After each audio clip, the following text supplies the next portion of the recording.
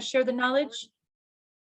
There we go. So again, welcome to everybody to this webinar on heritage, responsible cultural tourism, and sustainable development that is organized here at the Center for Entrepreneurship, SMEs, Regions, and Cities, and in particular in part of the Local Employment and Economic Development Program. And just to highlight that the center here is actually home to both the work on culture and the work on tourism. So really a one-stop shop here for these issues. The Tourism Committee has actually celebrated already its 60th anniversary within the OECD, and the lead committee is celebrating its 40th anniversary next year. So as you can see, these have been issues at the heart of our thinking on economic development for a long time. So this is really the third and last webinar as part of a project on recovery strategies for Italian heritage cities that's implemented in cooperation with the delegation of Italy to the OECD and the Italian Ministry of Culture. And in part of this project, we are working with 12 heritage cities in Italy that already have rather mature culture-led strategies because they have taken part or were nominated to be an Italian capital of culture in recent years. In the prior two webinars that we've held as part of this series, we've looked first at the links between culture and social cohesion, and in particularly the role that culture can play to strengthen local identities, create a sense of belonging, and to help mitigate factors leading to social and economic marginalization, as well as just increase our resilience and well-being. The second webinar in the series had explored the ways that cultural heritage and creative industries more broadly can spur innovation across the economy through new product design, new business models, and new ways of co-production. And as I think the French ambassador referred in one of our recent meetings, it's a combination of beauty and productivity. And today we'll be doing a deep dive into how to support cultural and creative tourism as a source of growth in the recovery. So while we can't be there in person, we will try to virtually travel from the Netherlands and learn really about the Bosch, the very successful 2016 exhibition that was dedicated to the 500th anniversary of Hieronymus Bosch. And then we'll travel to Valletta, Malta, to understand a bit more how tourism and cultural heritage policies were integrated into their role as European Capital of Culture in 2018. And then we'll travel on to Italy to learn more from Bergamo's new tourism strategy and the diffused hospitality model of Pieve di Soligo and the heritage and tourism strategy of Trento. And I just highlight that, of course, Trento, the city and the province are really close to our hearts, where we host an OECD center for almost 20 years. So the main objective of these webinars has been to provide practical policy guidance and a how-to toolkit on how heritage cities can rethink their strategies to capitalize on the power of culture in the recovery. And we're sure this is something that many cities across the OECD are thinking about, and we're very grateful to Italy for this opportunity to do these deep dives on these issues and sort of bring to the fore these practical solutions. So we just want to also recognize Italy and its champion role of the work on culture here at the OECD. They've been doing that both through a Friends group of ambassadors for culture, creative sectors, and tourism led by Ambassador Bernardini, as well as through the work that they have done in hosting the G20 and the first culture working group and culture ministerial earlier this year. So without further ado, I'd like to just introduce our first speakers for this first part of the session. So first, I'd like to welcome Antonio Bernardini, who is the ambassador and permanent representative of Italy to the OECD. Ambassador Bernardini, the floor is yours. Thank you very much. And as you, first of all, before starting, let me show this orange and my orange tie.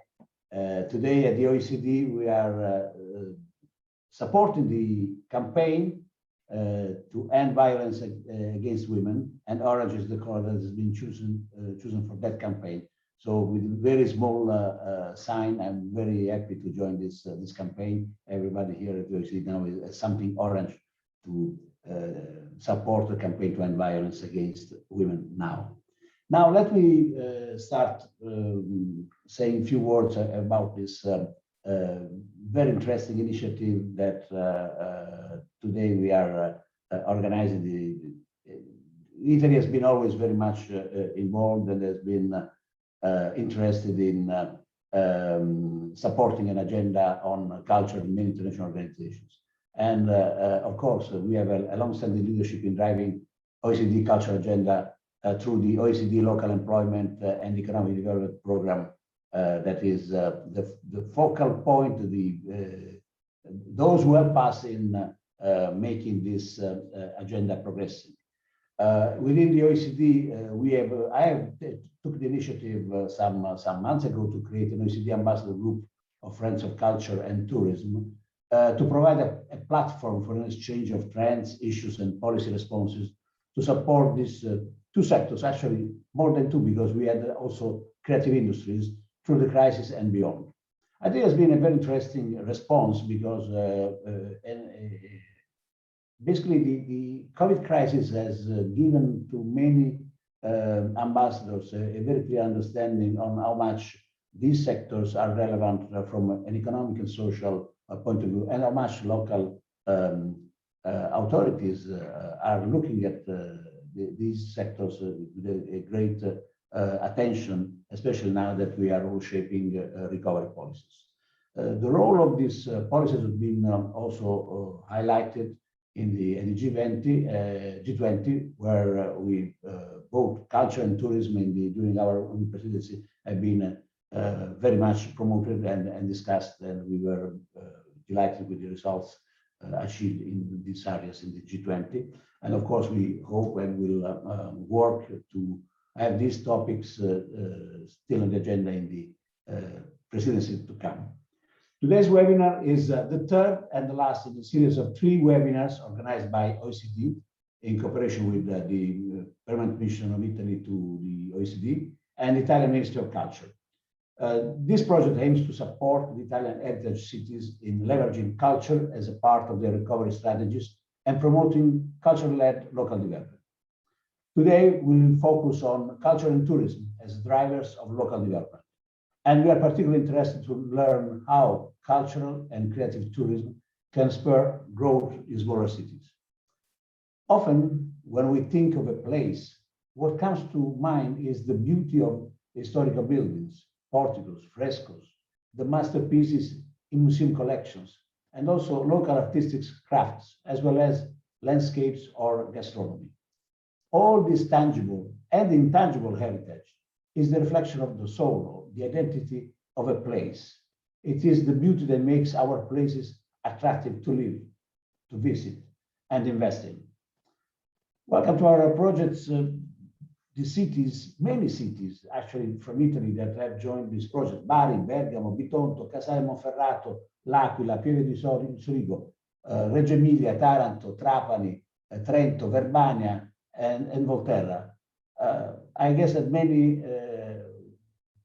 of these cities are not well known outside Italy, but they represent different realities from across Italy and have a strong policy focus on heritage and tourism development. Today, we look forward to learning more from Pieve di Soligo, Trento, and Bergamo. Obviously, these discussions are timely for many cities around the world that have to support the culture and tourism sectors through the crisis and rethink their strategies going forward. I welcome cities and regions that are joining us today from across Europe, OECD, and beyond. And we hope that policy guidance that will come out of these 3 webinars will support your efforts in the recovery. I'm sure that once this seminar will be finished, there will be still a lot of work for us to do, because we are gaining a lot of understanding, a lot of knowledge in these areas, and will be of our priority and key issue for us to spread the results of this program, this project, so that everybody can benefit from the understanding, exchange of views, and experiences that we learned during this initiative. So thank you very much, and I wish all of you a very good webinar. Thank you so much, Ambassador Bernardini, and especially also for your leadership of this agenda within the OECD more generally. I'd like to now introduce Paolo Toschi, who is the Italian G20 chair of the Culture Working Group and diplomatic advisor for culture in the Ministry of Culture of Italy. And organized the best ministerial meeting I think anyone could attend as part of these events. So I pass the floor to Paolo to say a few words to help open this webinar. Thank you very much, Karen, for your kind words. And we do share some good memories in Rome, and I'm really glad of that. Let me start by thanking the OECD for this third and final opportunity to focus on the contribution of culture to growth and to regeneration. I want to thank all the OECD centers involved, including the LEED program, and our friends at the OECD Trento Centre for Local Development. The work you do means a lot to us at the Ministry of Culture. So thank you, Pierluigi and friends. And also big thanks to Ambassador Bernardini and colleagues in Paris for their leadership in Italy's presence at the OECD, which, as you all know, is a forum we regard with great attention and respect in Rome. Just a couple words from the Ministry of Culture. It is a delight to see that you have been so committed to this agenda of empowering cities and giving them an opportunity to voice their contribution to growth and to regeneration through culture. It is a concept that clearly we are a little biased at the Ministry of Culture. We think it's a fantastic concept, and we have been coherently working on it for a long time now. This concept is at the core of our national and international agenda. In international frameworks, you all know, and Karen and Ambassador Bernardini mentioned it, this was front and center in our G20 agenda, and it will be in the G20 body of work for years to come. We're now working with our Indonesian friends, advising and supporting the inclusion of these topics in their work and in the follow-ups that will have to be given. For instance, when it comes to tourism, the ministers of tourism who met in May this year adopted guidelines for the future of tourism, which really touch upon many of the topics that the cities that are represented today represent, including sustainable development, the digitization of the tourist offer, the distribution of flows from larger to smaller attractors, and so on. Culture is a new element to the G20 work, but it's not a new element to the international agenda. And Italy has been pushing for the role of culture in international affairs for many years now, with success in the UN Forum, in UNESCO, in the OECD increasingly, OECD family, in the European Union, of course. And this week, we're heading to Brussels, where early next week, the Council, the Council on Culture will focus, among other things, on the contribution of culture to this still very challenging time that we're going through. The pandemic is not over, as we all know. Culture and creative industries in particular are showing every day how they help us individually regenerate and collectively find answers, find solutions, find opportunities, create jobs, create sustainable growth. And this is an effort that in all of these fora, Italy is really pushing for. So lastly, let me touch upon our national sphere and what we're doing nationally. I know that this is a topic that the cities represented today are very familiar with. Italy's trying in particular to bet on the regeneration of smaller cultural and touristic sites, funding programs that will improve their infrastructure, improve their attractiveness, improve in particular the protection of rural landscape and rural architecture, which is something that has a strong role to play in sustainable development, and I'm sure our economist friends today will discuss it. The big container for all these efforts is the National Recovery Plan, and this is really the tool and the framework for reform efforts that Italy will continue to be engaged on for years to come. In closing, let me wish you and the cities in particular that are represented today and throughout this series of workshops the best of opportunities. You are our leaders in these efforts to empower culture as a driver for growth and for regeneration, because this happens chiefly at a local stage. What you do locally as mayors, as community organizers is crucial in bringing these processes forward and in bringing communities together. So grazie, your work is very important and we are thankful for it. And I think it is fitting that we give you thanks in the Thanksgiving week. So also to our American friends, happy Thanksgiving. Molte grazie, buon lavoro a tutti.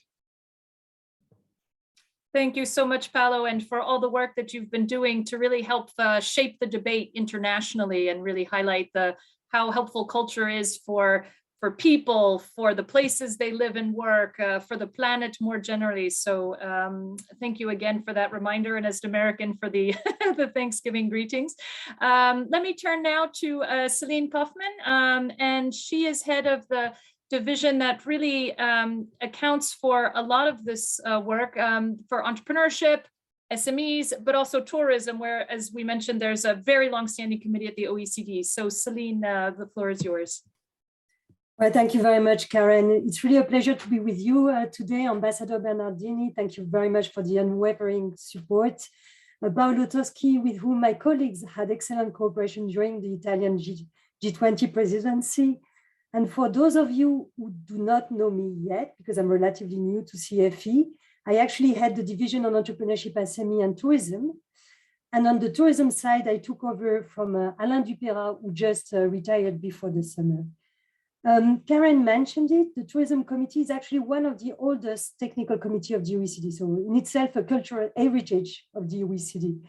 And at the core of its mandate, it promotes an integrated approach to tourism, linking very strongly with other policy areas, in particular culture. And it is very noteworthy that our 2007 report on the impact of culture on tourism remains one of our most downloaded reports to date. So highlighting the importance of the interface between the two. And that report is still very relevant today. It highlights the strong linkages between culture and tourism, cultural resources driving the attractiveness of destinations, and almost vice versa. Culture creates identity, and Ambassador, you reminded us of that, and distinctiveness, and helps differentiate the tourism offer, for sure. And at the same time, tourism provides an important means of enhancing culture and creating income that can support and strengthen cultural heritage and production. Hence the importance of the two sectors working hand in hand. And I think we will hear many examples of that today. But of course, the situation of today differs significantly from the past. Karen, you mentioned it already, but tourism and culture have been hit very hard by the crisis. In particular, global tourism has been seriously challenged by the impact of the pandemic. And if I remind you of some of the numbers before the COVID crisis, tourism was on a significant upward trend, with international tourist arrivals reaching 1.5 billion back in 2019, following 10 consecutive years of growth. So what the crisis did, it brought this positive trend to an end, with a significant fall in international tourism flows over successive quarters, almost 85% of fall in 2020. And of course, this had detrimental consequences for local communities, for region, and for tourism businesses, most of which we know are SMEs and small entrepreneurs. And the OECD estimates or highlights that actually the countries with the largest travel and tourism economies were the ones experiencing the biggest falls in national GDP in 2020, just to show the impacts of the pandemics on the sector. But at the same time, we know that this crisis presents a unique opportunity to rethink the foundations of the tourism economy and to move towards more sustainable models of development, which is the core of the discussion today as well. We have to acknowledge that the drop in tourists has been a welcome reprieve for a number of destinations, in particular cultural heritage sites, including Venice, Machu Picchu, and some parts of Paris as well. So the question is really how not to waste the opportunity provided by the crisis and how to use that opportunity to develop more sustainable tourist development models. And that has been at the center of two critical events that the OECD hosted recently. The first one was the Global Forum on Tourism Statistics, Knowledge and Policies that we organized beginning of October with Korea. And last week, OECD also hosted its Global Forum on Sustainable Development. In both, how to develop new models in the tourism economy was the center of the discussions.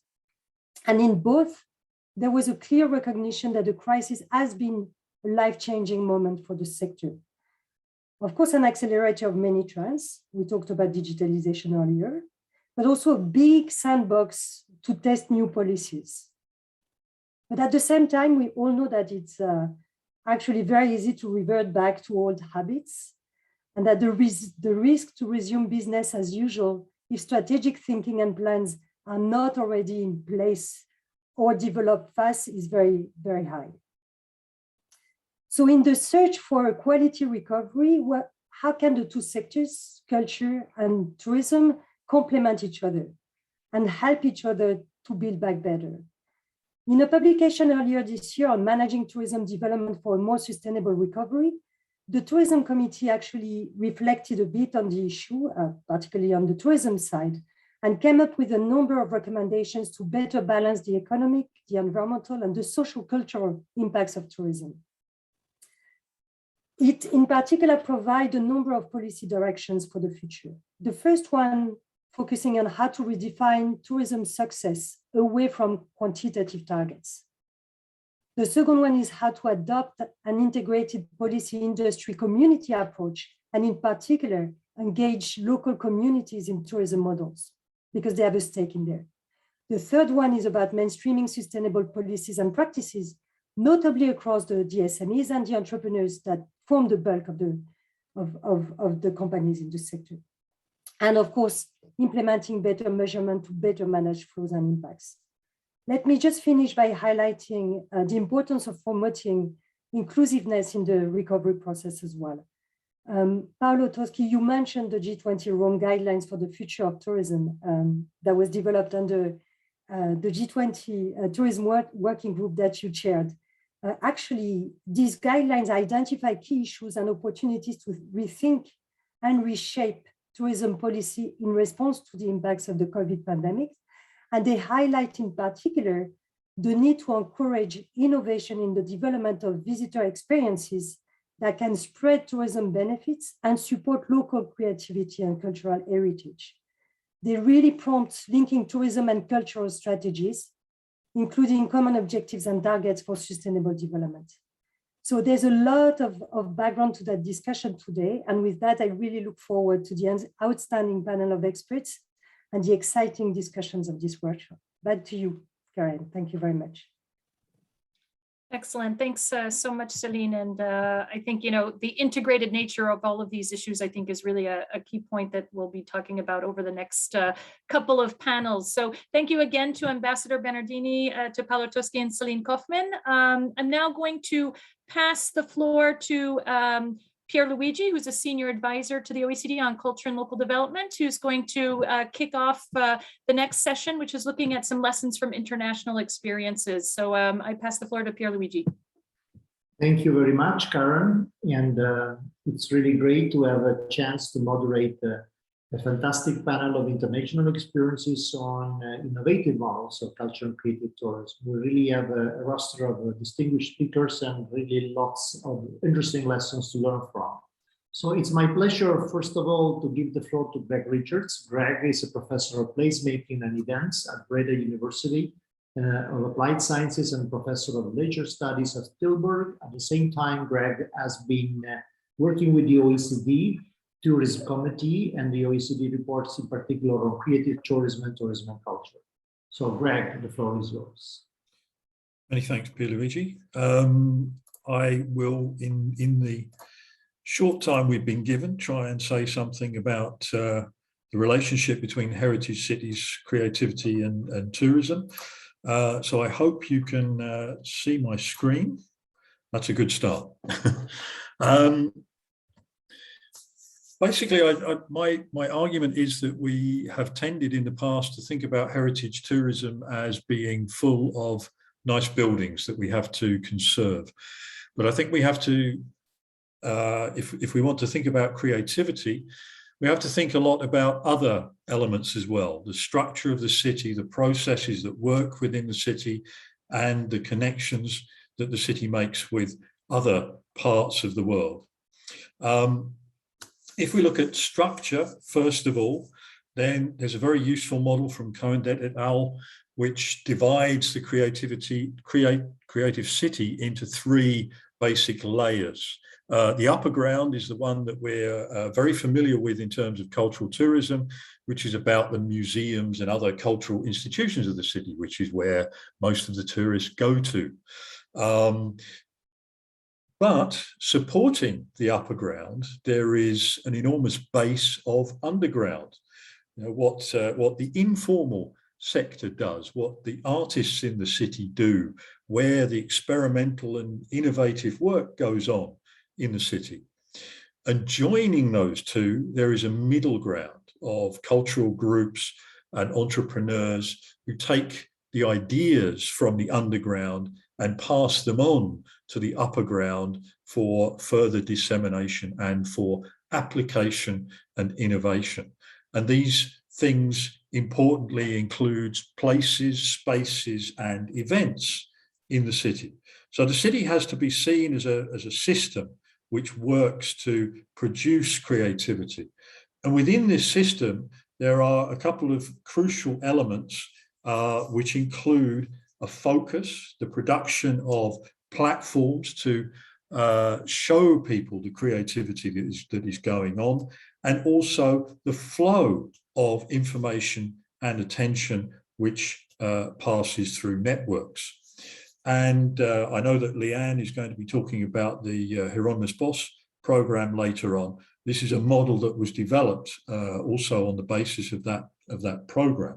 So we know that this system works also in small cities such as Den Bosch. And what is also important for these creative cities is the connections that they make. So this is an adaptation of a very well-known economic model on buzz and pipelines. The idea being that there's a lot of creative buzz and knowledge creation and innovation that goes on at local level in cities, but it's also important to have pipelines, means of spreading the local buzz that you create, because if you're just doing it within your own city, then you're losing out on a lot of potential opportunities. The interesting thing about this model is that we applied that to the city of Mantova in the case of Festival Letteratura, to show how Mantova managed to use heritage as a platform for developing a knowledge-based festival, which then linked it to the rest of the world and which brought attention and resources into the city.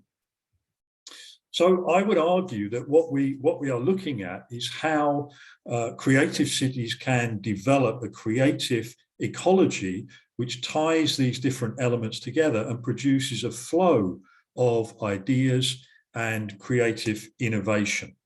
So at the top level, if you like, you've got the upper ground, which concentrates those pipelines which connect the city to other places around the world and which bring in important figures and new ideas and so on. At the grassroots level, you've got ideas and creativity emerging from below through informal networking. And in the middle, you've got these platforms linking the upper ground and the underground through event programs, creative spaces, and networks. So this begins to give an idea of how a heritage city can use the resources that it has, not just the heritage buildings, but the whole creative ecology of the city to develop innovative concepts. And I would argue that the idea of creative tourism is one of the examples that we can use in terms of how this can shift ideas about a heritage city into a more innovative frame of mind. I mean, what we have in many cities is the familiar pattern of museum visits, of museums trying to stage bigger and bigger exhibitions to try and attract tourists. But we also see that at the base level, the underground, we have this bubbling up, this emergence of creativity from below. And in fact, this is where much of the growth, certainly in terms of cultural tourism supply, is happening. So we see a growth in street art festivals. We see a growth in light festivals in the winter period to try and reanimate city centres, frozen by COVID. We see crafts and gastronomy and music emerging as new drivers of not just creative innovation, but also tourist activity in these cities. And these things can be linked through a more creative idea of tourism, the idea of getting tourists actively involved in the creative life of the city and not just taking pictures of famous paintings. So there are a number of things which we can think about in terms of the post-COVID heritage city. One of the important issues in the current moment is that as many cities have kind of been paused in terms of their visitor flows, this is a time to think about a more balanced approach to flows of visitors in the future, because we've seen many, particularly historic city centres, flooded with tourists before the pandemic. And I was in a session just now where we also heard that cities like Venice and Amsterdam are more or less back to the same levels of tourist activities that they had before. The difference being that many more of those tourists are now domestic tourists. So this is an important point, that we need to pause and think about the models of tourism that we want for cities in the future. And I think we do need to think about the elements of culture and creativity that we frame for tourism consumption. And in the future, I think there's going to be more concentration on the local as the arbiter of authenticity and not just flows of global culture. But if we are highlighting the local, we also need a guide to the local. And this is where I think we see the rise of curated tourism becoming more important. If you look around now, you will find lots and lots of websites which provide curated selections of experiences. I mean, Airbnb is also doing this through their local hosts. So people are setting themselves up as curators of tourism experiences, and this is going way beyond the tourism industry itself. And some of this, of course, is about cool hunting. We see lists of, the 40 most cool neighborhoods in the world to visit being produced by Time Out, for example. And this is a real phenomenon. People want to go to and be seen in places that they consider to be cool. Now, luckily, of course, people's idea of what is cool differs from one person to another. So it is possible to develop different cool aspects of creativity in the city and to attract different audiences. But at the base of this system of creative tourism, the idea is if you are co-creating tourism between locals, between residents and tourists, then the most important point is that what convinces people to live in a particular city and what attracts them to visit a particular city is very often the quality of life that that city has to offer. And of course, this is one of the keys to the previous success of many small Italian heritage cities, that they offer this wonderful quality of life that people are eager to seek out. And that is something that we should not lose sight of going forward. So thanks very much for your attention. You can read a lot more of these kind of ideas in the book Rethinking Cultural Tourism, and also in my publications, which are available on the internet. And of course, I'm always happy to gather people's questions about this as well. Thank you. Thank you very much, Greg. It's very, very illuminating synthesis of the complexity that lies behind today modern creative tourism. And in particular, you quickly stress the notion of authenticity that in some sense is really becoming, in some sense, the key problem, because it really gathers together all the complexity today of keeping together the life of the citizens, but at the same time also the elements of interest for the outside visitors, of the livelihood of the city, and authenticity and the ecosystemic view that is able to support it is probably being the defining condition in some sense between cities that are really cool and attractive, that can stay cool and attractive, and cities that probably cannot. So thank you very much. That was really illuminating. And now I'd like to pass the floor to Carsten Suereb. Carsten has played a major role in the process of Valletta 2019 European Capital of Culture. He has a visiting lecture. He's a visiting lecturer and a research support officer and radio producer and presenter in Malta. So he has a wide experience to tell us about this really interesting experience in one of the most tourist-oriented territories in Europe. Carsten, the floor is yours. Thank you, Pierluigi. Good to see you and Greg and everyone else. I'll start off immediately so we don't take up too much time. I just wonder whether I need to, sorry, I wasn't here from before, share the presentation or whether it's all part of the major matrix, so you can just go ahead. Sorry if I wasn't clear. Do I need to share maybe a technical? Feel free to go ahead and share your PowerPoint. If it doesn't work, then we have it as a backup. No, there it is. Okay, so that should allow it to be seen. Okay, I was told also in presenting this, which I will do briefly, to focus on the issue of recommendations, not just speak about the state of Valletta, but also in terms of recommendations, which is not easy, because 4 years after the capital of culture, as Greg intimated, some cities have gone back to the way they were, even in terms of maybe what didn't work very well before. And unfortunately, that's the case also with Valletta.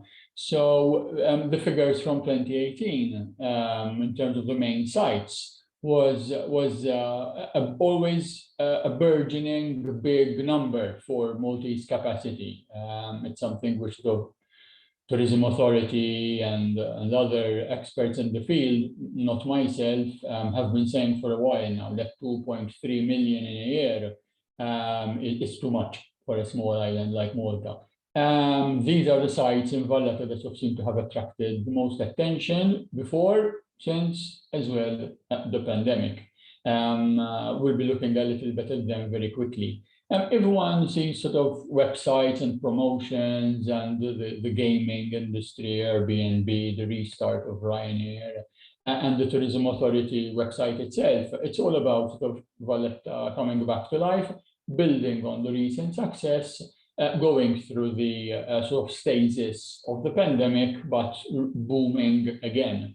And obviously, there is what I will try to do is sort of highlight this, what appears and what is as well in darker colors than what is seen here. Here you have the entrance to City Gate, transformed also in combination with the Capital of Culture here, the Renzo Piano project for the Parliament and the Royal Opera House site, because there's this tendency to not leave broad empty spaces, and we have this tendency of filling in spaces with whatever. And at the moment, the entrance looks a bit like a garden, but there's also a lot of Christmas decorations at the moment. However, what you see promotionally, you don't see when you visit the island, which is for the last couple of years, coinciding with the murder of the journalist Daphne Caruana Galizia, which has been still unresolved. Most of the square is boarded up. So we are also going through those phases of politics, which really impinges on the experience of tourists, where certain public spaces are not accessible anymore, completely contrary to the idea of opening up that square, which till before was a parking area.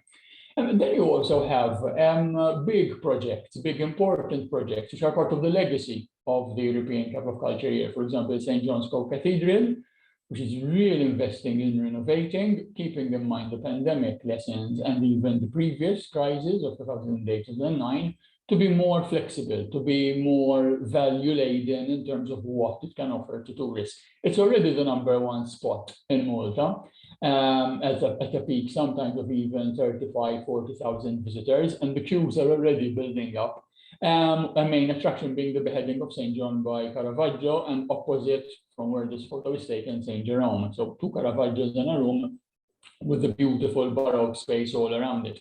However, in order to slowly build towards this process, what we get on a daily basis in Merchant Street, which rightly so is called Merchant Street because it's the commercial lung of the city, but because of not many lessons learned really since 2018 or before or after, what you get is a big prioritization of quick business to keep afloat, to keep surviving, understandably so. Many public spaces, as I said, being filled, in this case, tables and chairs for outdoor food and drink, and the morning hours are taken up by the delivery vans. So literally, you can't move, as you can see. And this is the wall of the cathedral. That's why I'm putting it here. There's also construction going on. So on a bad day, and we've had quite a few in terms of heavy rainfall recently, like in the rest of the central Mediterranean, the state of the floor and the state of Merchant Street is terrible. It's really something you can't really go around quickly. And we always surprise ourselves by how tourists who are attracted and maybe expect something particular, quaint, exotic, Mediterranean, however, end up settling for eating, for example, on a set of tables and chairs here between hoarding, an open space, which is a bit of a crossroads really for delivery people, and vans supplying on the other side of the road. Because this sort of recovery, quick recovery is hoped for in terms of the post-pandemic, more spaces in Valletta are being taken up by more tables and chairs. And this is, for example, lower down in front of the university building, which some of you I know have been to because of various conferences that took place in conjunction with 2018 and even before and after. Businesses are being sort of really finding it easy to build structures which are called temporary structures, which are not. Once you see these structures already in place, there is not much temporary about them because it's really hard to remove them and pull them out. Continuing quickly before making some reflections, maybe one of the best stories we're seeing is the redesign of what used to be an old slaughterhouse and bakery used by both the Knights of St. John and the British forces in Malta, what we call locally Bicceria, the slaughterhouse, which has become a design cluster. a project very much linked to the Valletta 2018 year, led by Caldon Mercia, whom many of you know. I'm saying maybe one of the more successful because it's happened. It took time, it took funds, it took money, but now it's a place which is sort of open, approachable, welcoming, operational, and they're looking sort of to keep things dynamics going, from the roof garden on the top to all the restructured bakeries, cooking areas, design areas. I took a group of students a couple of weeks ago. It is what it promises to be, which is a good thing. Obviously, the area has been gentrified. So that is something which wasn't escaped. So prices going up, locals who live there moved, and people have had to put up sort of with what happens when you have a project like this, which redesigns and rethinks the area. To be fair, Caldon's team did a lot of work to work with the people on a community level with those who remained. So at least there is that dimension where people feel that, yes, the space is theirs and they can have a relationship with the space and the artists and the creatives who use the area. This is just a shop at night, illuminating the path from the top of Valletta into the design cluster area.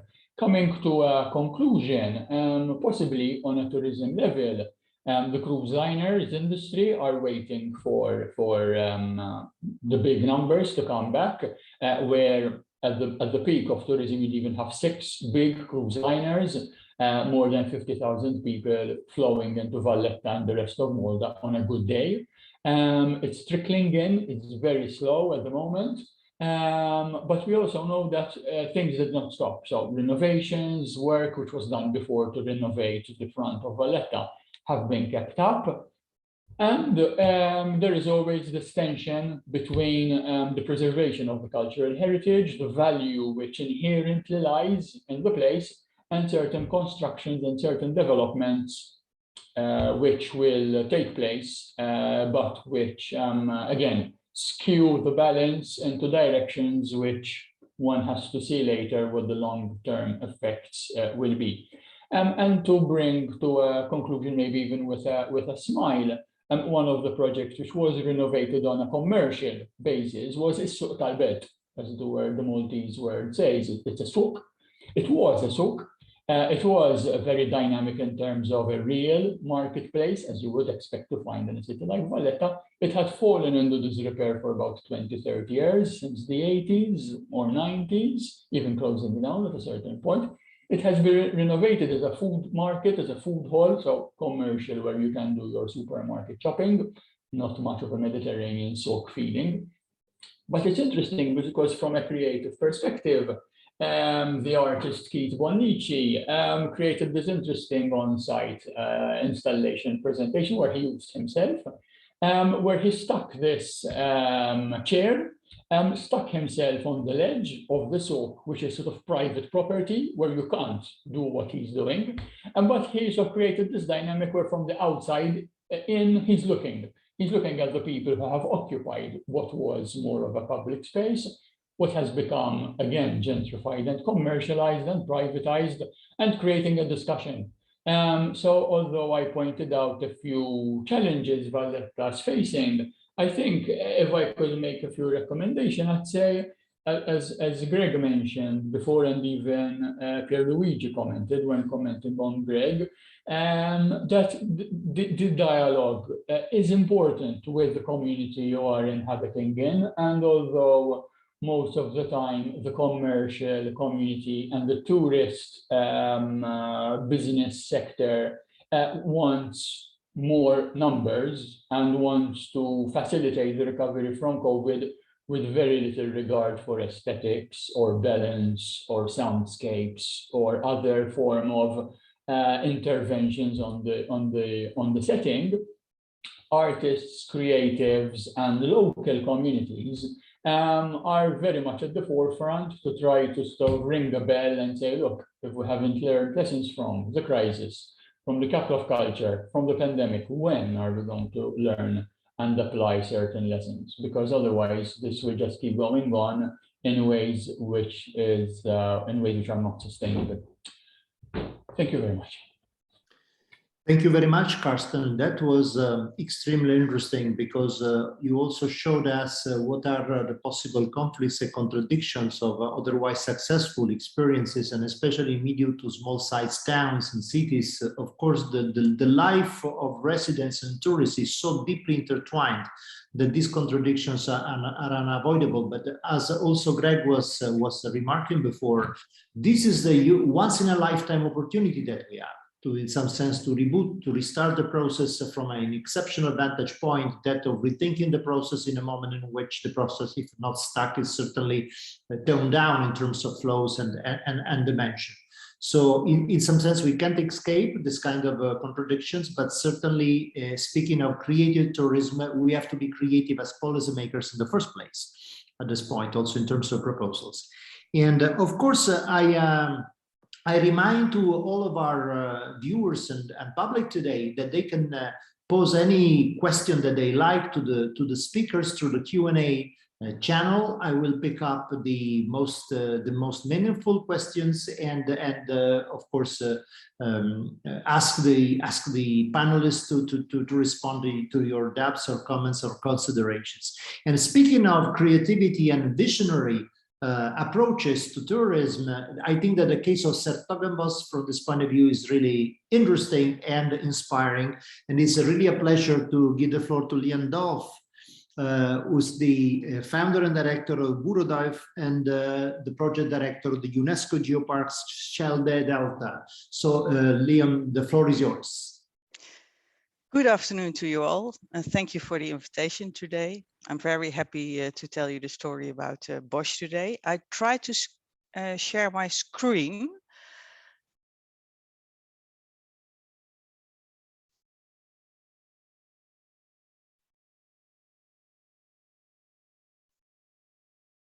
Can you see it all? Okay. Yes. Over the last decades, I was involved in the development of tourism and cultural programs, but by far the most extraordinary project was the Hieronymus Bosch project. And so I'm very happy to tell you the story about Hieronymus Bosch and his hometown, the city of 's-Hertogenbosch or Den Bosch. Actually, it's a story about a fairly small city with a big dream. The dream to commemorate 500 years of Hieronymus Bosch, the most famous son of the city, by organizing an exhibition with his paintings in his hometown, 500 years after his death. Actually, an impossible dream, as the city had no paintings left of the painter. So today I want to give you a brief introduction how we succeeded to do so, and how a local dream became eventually an international cultural prize-winning event. We had to be smart and innovative. As I told you, we had no paintings, and we had also no paintings to give in return to the other museums. And you must know that the hosting museum, the Noord-Brabants Museum, was a fairly unknown provincial museum and therefore impossible to negotiate with leading museums such as Prado or Louvre or the National Gallery or the Galleria dell'Accademia in Venice and so on. And so how to borrow 45 paintings and drawings from 10 countries, from 18 cities, from 20 collections. That was a big task. Although Bosch was, here you can see the cities where the Bosches are. Although Bosch was internationally well known, Bosch was not related to the Netherlands and particularly not to his hometown, the city of Den Bosch. It was claimed by the Prado in Madrid and other museums, and nationally in the Netherlands, there was little attention for Bosch. Focus was on Rembrandt and Van Gogh and Vermeer and so on.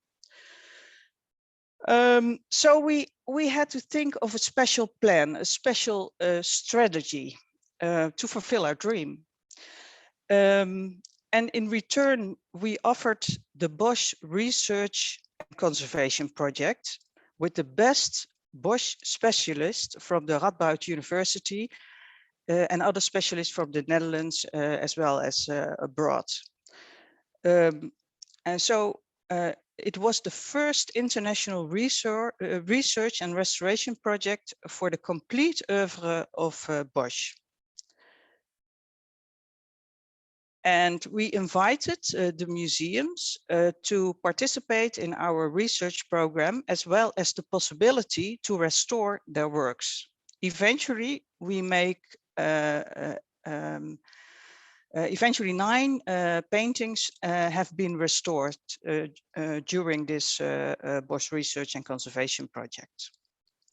And that we could do that with the help of the financial help of the city of Den Bosch, but also the Dutch government and, for example, the Getty Foundation in America. Our approach also generated a lot of media attention for the participating museums and their Bosch paintings. Actually, we had a unique story. The paintings of Bosch would return for once 500 years after his death to the place of origin, the city where he made all his works. And the late medieval city where Bosch nowadays would easily find his way to his studio, as the city is still fairly unaffected. Never before the relatively small oeuvre of Bosch has been brought together. So with this approach, the city could offer a magical experience, a once-in-a-lifetime opportunity that worked like a magnet to visitors from all over the world. The Bosch exhibition, here you can see the opening by our King Willem-Alexander. It had a preparation because of the research program and the restorations of the works of 9 years. Eventually, there were 422 visitors from 80 countries. It was sold out in 3 weeks' time. And in the end, it was open day and night, 24 hours at a row. And the media attention was so overwhelming. We didn't expect that on beforehand. It was, we got more attention than the reopening of the Rijksmuseum in Amsterdam. So it's quite a big task for a small city like Den Bosch. But besides the exposition for 3 months, we had a multi-annual program, and only in the year 2016 we had over 100 activities. And one of the main activities was the Bosch experience. It was a discovery, a tour of Bosch's city developed with the help, here you can see the team, of the Efteling theme park. From a climb to the cathedral gutters to heaven and hell canal cruises and life-size figures from the Garden of Earthly Delights in the city center. You can see the boat trips, the hell and heaven, the cruises on the River Benedis and the gutters from the cathedral. Special attention we paid for to the former studio of Bosch with a video mapping show Bosch by Night in 100 free shows on the market square. And there were a lot of other exhibitions. For example, so the 7 leading Dutch museums presented a contemporary exhibition program, the Bosch Grand Tour, of 13 contemporary exhibitions alongside the Bosch exhibition. Here you can see some examples of those exhibitions. Besides that, we had a wide range of new dance, theater, circus, music performances, all inspired by Bosch. And all the premieres were in the city of 's-Hertogenbosch. And afterwards they were touring around the world. And maybe one more project to mention is the International Art Game competition we organized with international video makers. We paid special attention to the inhabitants of the city because it was very difficult to maintain the local support during those years. And the local support took off due to the recession in the beginning of our project and because of cutting of cultural budgets in our city. And while there were millions of euros available for the Bosch program, so that was a bit difficult. And well, here you can see an example. The local media was very negative in the beginning of the project. So we had to stop this, and we connected more than 500 local volunteers to the project. They were you could see them all in the town, in the city, in the center. They were there. They were everywhere.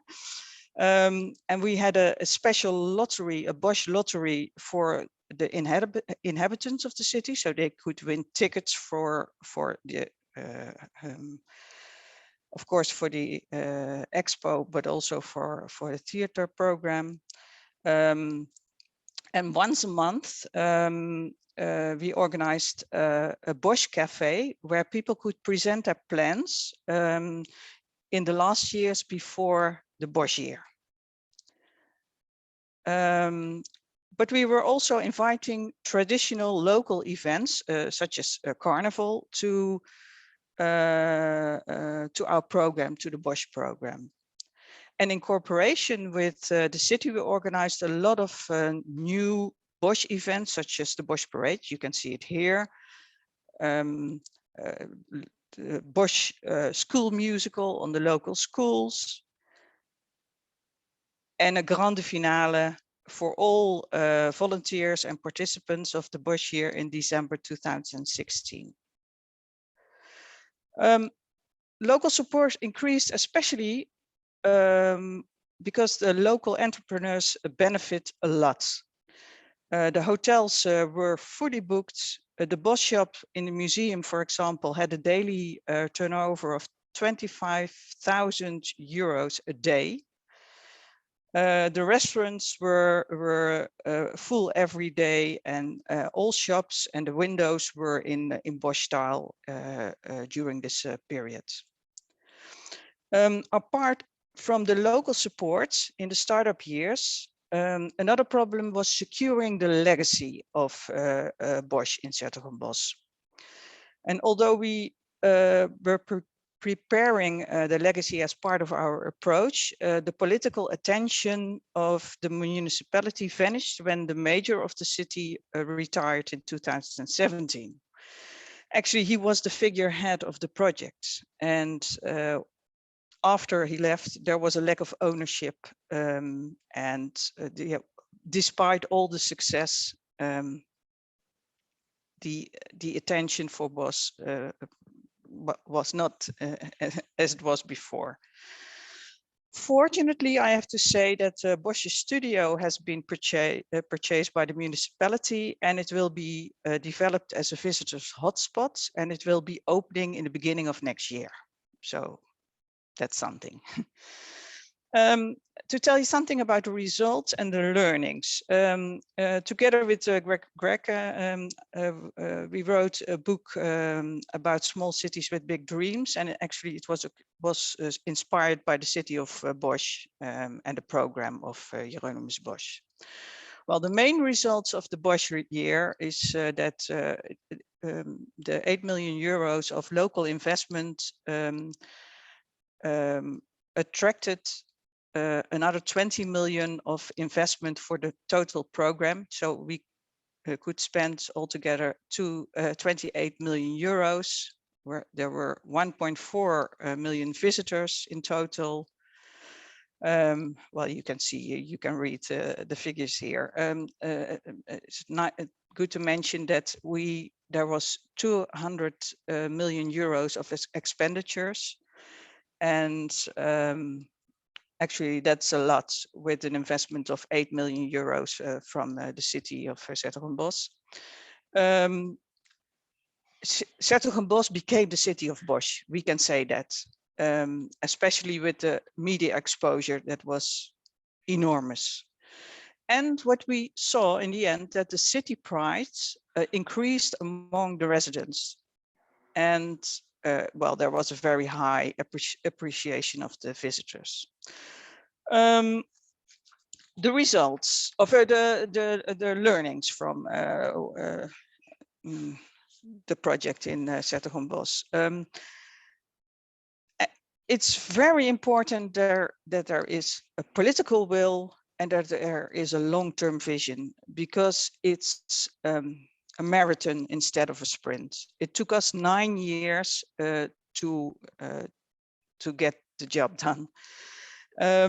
It's very important to build relationships, forging collaboration, create networks, international networks in our case, and even if you are a small city, take a head position in those networks. That is what we did. A small city has to create size. You have to take risks. Not everything occurs how you thought it would happen in advance.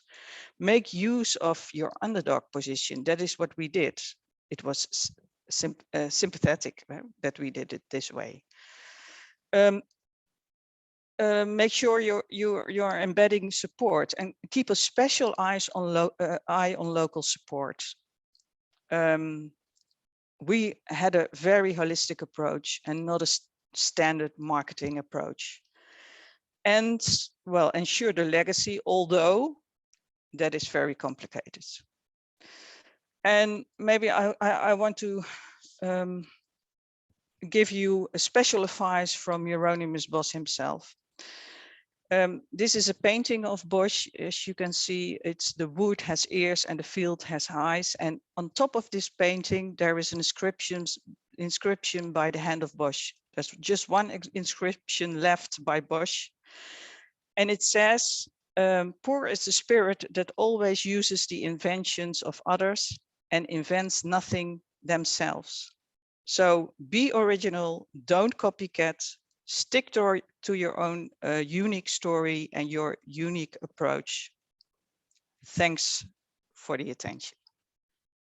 Thank you very much, Leon. And I think that this Bosch inscription is really inspiring also in terms of our relation to heritage, because in the end, our heritage is the invention of someone else, of course, even if there are our ancestors, and it's really our responsibility in some sense to bring forward the legacy. And the 's-Hertogenbosch case is particularly inspiring in terms of, as you said, it's not necessarily that we have a concentration of the objects. The point is the idea, the inspiration, in some sense, the spirit of this legacy. And that's a really wonderful example of how you can make it happen. Now, we have a few questions from our audience that I will quickly pose to the various speakers. First of all, there is Costanza Materassi, and she makes a comment that she's okay. The role of the craft sector. So the craft sector is really a source that can be very, very important multiplying factor for the local tourism industry, but it's often overlooked. Is there anybody, Greg, for example, do you want to have share some thoughts with us about the importance of the craft sector in the local tourist economies? Yeah, I mean, in fact, the original concept of creative tourism emerged from craft. we were running a craft project which was designed to conserve local crafts. And we suddenly realized that the tourists got a lot more involved in craft when they actually got a chance to do it themselves. And this gave them an appreciation of the value of craft and where craft came from. It wasn't just something that they bought in a souvenir shop that was made in China. It was made by somebody that they had met, and preferably they got a chance to make their own souvenir to take home. I just came back from Portugal, where I looked at a project where there is a specific art workshop where people are making their own souvenirs out of concrete, interestingly. But yeah, that's a bit of a difficult one. But the advantage of using craft for this kind of thing is that it really gives people an appreciation of the relationship between communities and the environment, because most craft activities are based on using materials that are around. And so you start to understand that communities have developed in harmony with the natural environment, and that they've used elements of the natural environment to develop useful objects which are used in, or at least were used in everyday life. And it gives them a real insight into how people live and lived in the past, and how important it is to conserve and sustain these things. Thank you very much, Greg. And then we have a question for Leon from Palesa Mnyaka. What is the demographic of attendees of the Bosch Festival? What do you think is the driving factor behind why so many people attend? Well, I think it was the unique moment of 500 years after his death, and the first time that all the works, at least almost all the works, were brought together in the place of origin. 500 years after his death. I mean, that was a magical moment, I think. Thank you very much, Leon. And finally, a question for Karsten from Maria Restuccia. Maria emphasizes the role of the continuity of the management in major events like the European Capitals of Culture, and in particular the case of the Valletta Cultural Agency. The role in this regard. What do you think can be the role of continuity of management, Karsten, in the management of these complex events and their legacy? It's an interesting question. Very briefly, incidentally, I just got off before coming here, an interview I was carrying out with Rita Orlando of Matera, and they were talking to me about how sort of the legacy was very project-oriented, and an idea to keep the internationalization of the project in place through education, capacity building. From a local perspective, I see it's very much more about events, the traditional type of events in Valletta. Christmas market, that sort of thing, decorations, pronouncements about how to improve traffic. I don't see it. That's why I think the question is really important, because if you remain sort of very superficial, that's what you're going to get. If you have a rethink and have a good legacy structure, which is not only about keeping things going, but actually thinking that the end is just the beginning for a new good rethink with cycles and 5-year plans, which you need to keep considering all the time. That would be a different approach.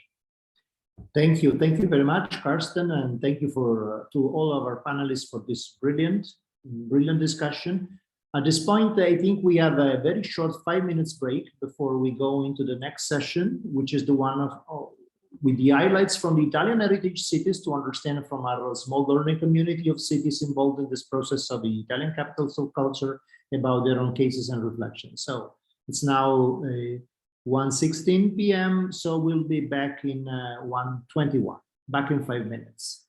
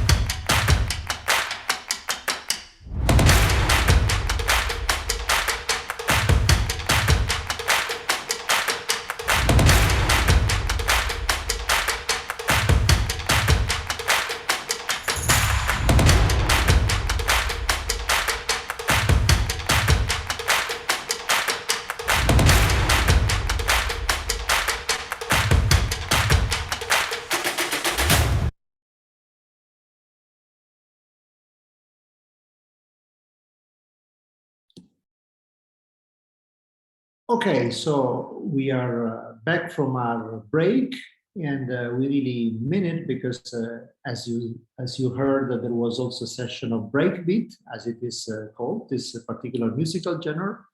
And so we are now ready for the next session, which is the session of the highlights from the Italian heritage cities. And again, we have a very interesting panel of cases today from the cities of Trento, Pieve di Soligo, and Bergamo. So we start with Trento, and it's really my pleasure to give the floor to Elisabetta Bozzarelli, who's the Councillor of Culture in Trento Municipality, for a presentation on integrating heritage and tourism strategies. Elisabetta, the floor is yours. Thank you. Good morning to everyone. Let me share the presentation.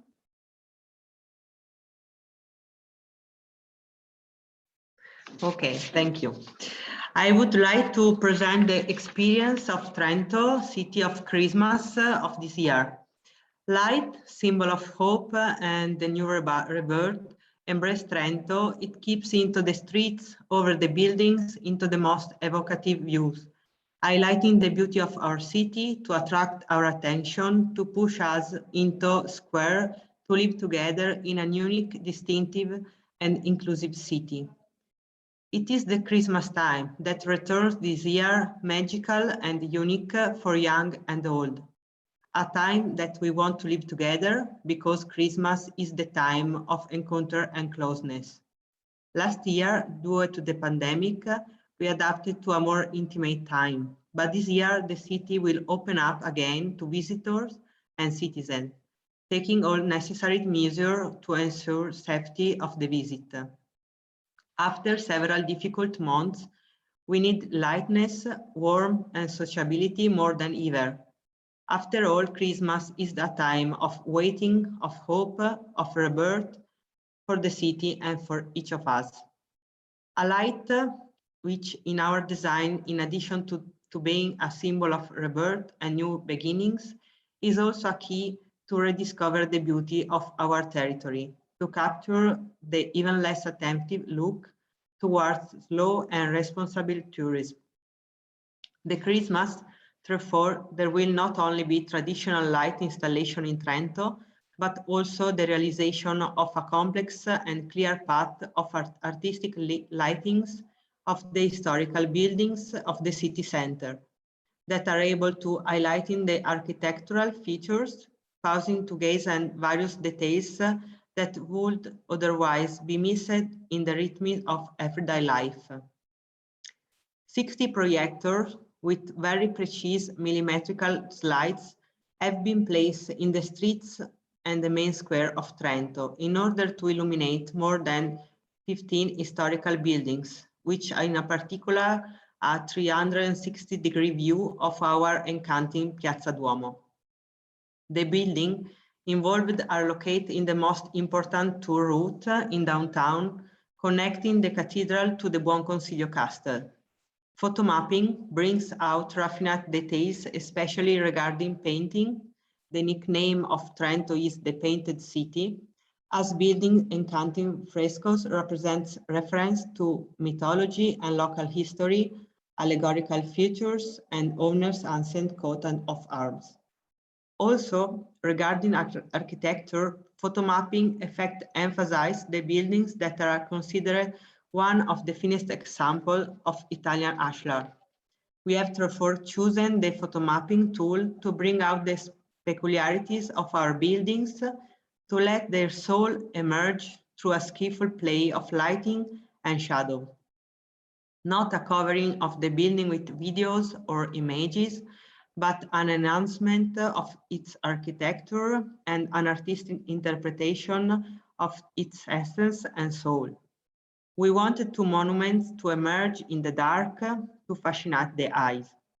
A project that combines an artistic gaze with a skillful technical analysis of the surface of the building to highlight details that otherwise would be missed and to reinterpret the lines of the buildings in a modern key. A project, it is an important to say, complex to carry out also from a technical point of view, as it affects Renaissance palaces with surface work in the relief, bas reliefs, and decorated with frescoes, or which millimeter precision is required to obtain a good effect. Photo mapping represents therefore an harmonious combination of art and technology, an elegant kind of augmented reality that takes advantage of the darkness to put to light, with respect and discretion, the artistic highlight of our beloved painted city. To complete the project, we also organized night guide tour through the building aboard the Christmas train, the best way to enjoy photo mapping effects while comfortably sits in order to make the route easily usable by all. Together with these, there are many other attractions for adults and children, powered even by other partners, including an example, the classic Christmas market organized with a special attention to details and to the quality of local products, which has attracted millions of tourists for 25 years. The enhanced village of Santa Claus, placed right in the city center, and an educational farm in Central Park.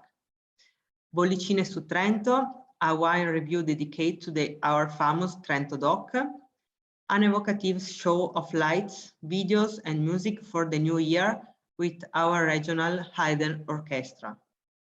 Another time is in the summer, a team effort that saw the involvement of several partners with a single goal, to enhance Trento from a tourist point of view, with a unique, emotional, and synergic offer in order to maximize its visibility and impact. A new model of integrated tourist offer, which intends to look at all-around needs, proposing varied, new, and suggestive initiatives with a view to inclusion, accessibility, and product customization.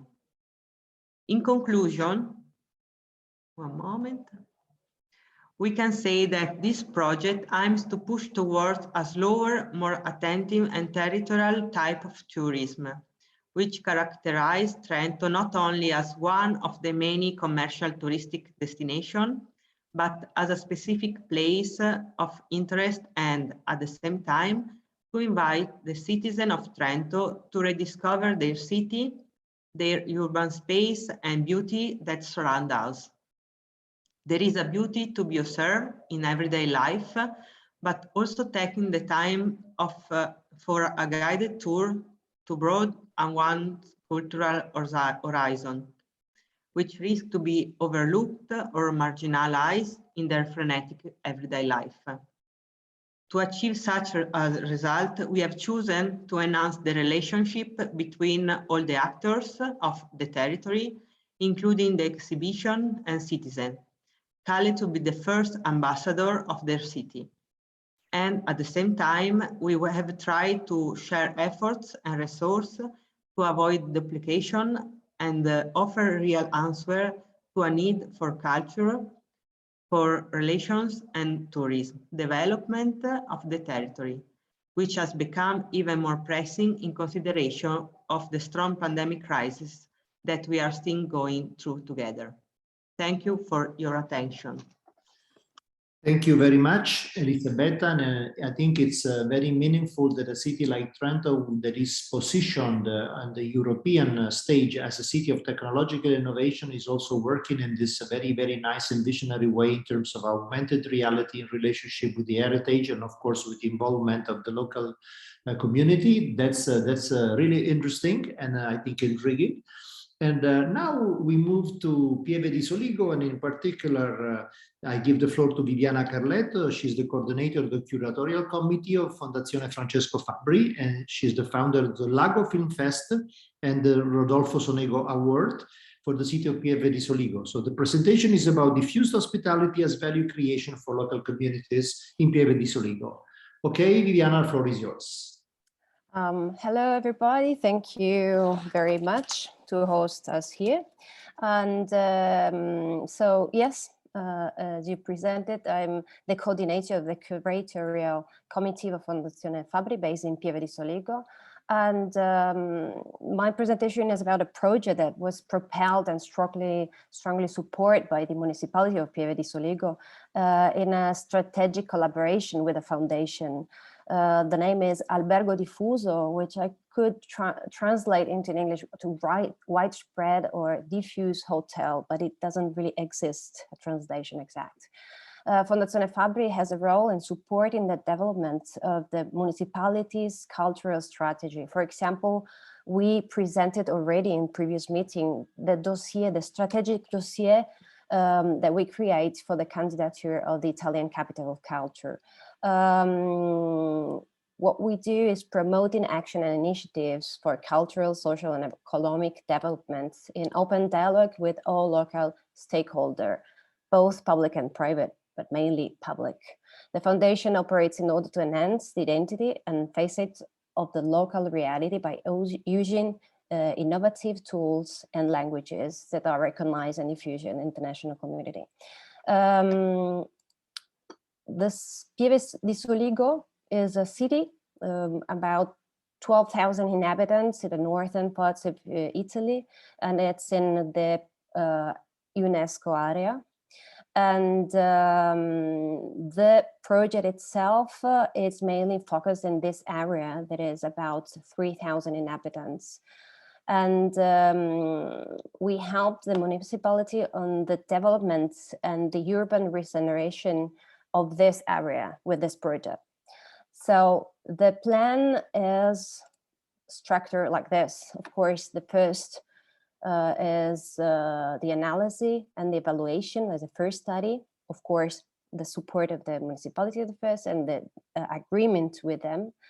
Then, of course, the analysis and how we can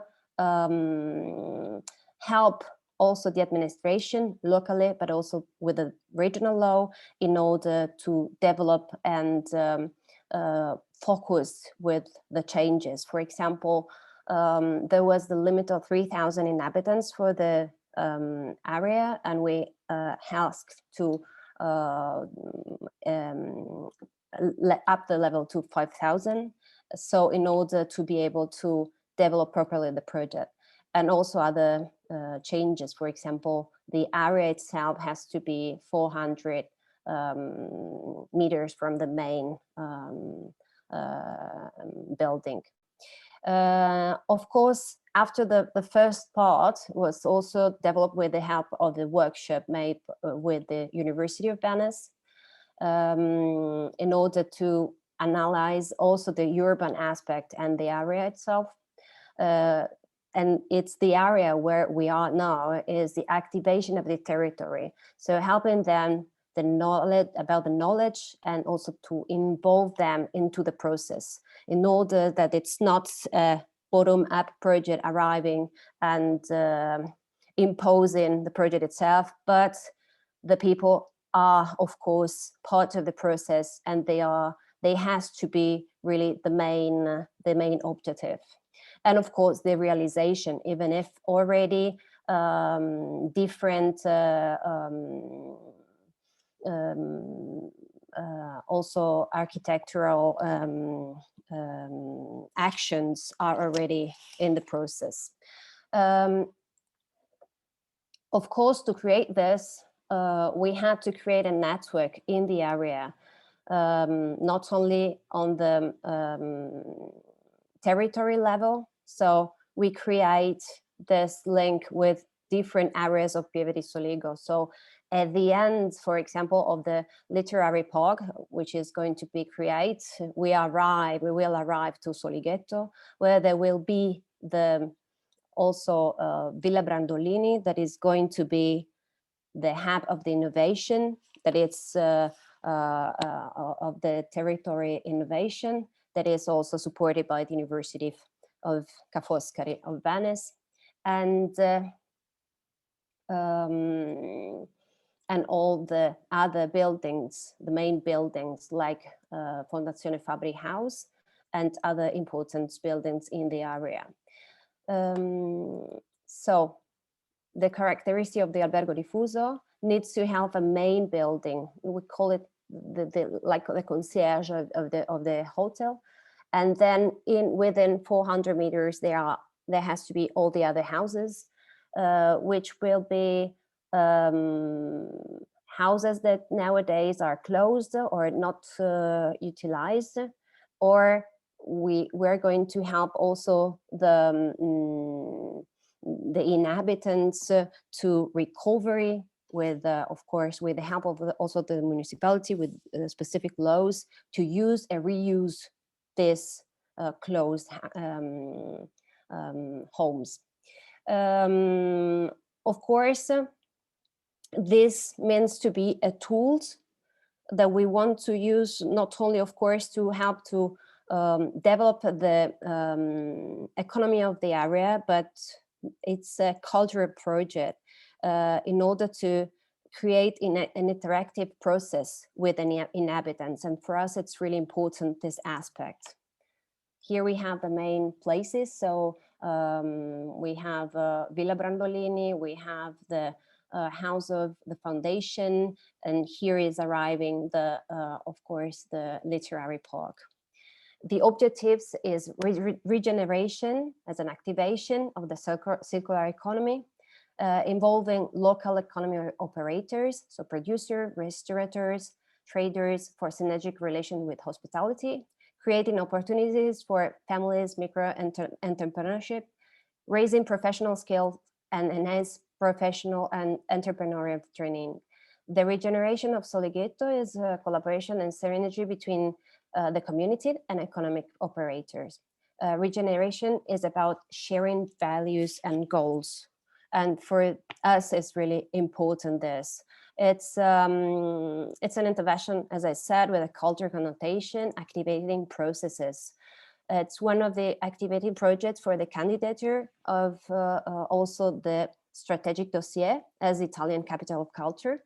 And yes, revitalization and regeneration of the whole area. It's a point of arrival of a strategic view of the whole area, not only for Solighetto parts. So I try to explain a project that it's already ongoing since 2017. It's pretty complicated, also with aspect of the development of the new changes in the laws, and also interaction with, of course, the inhabitants.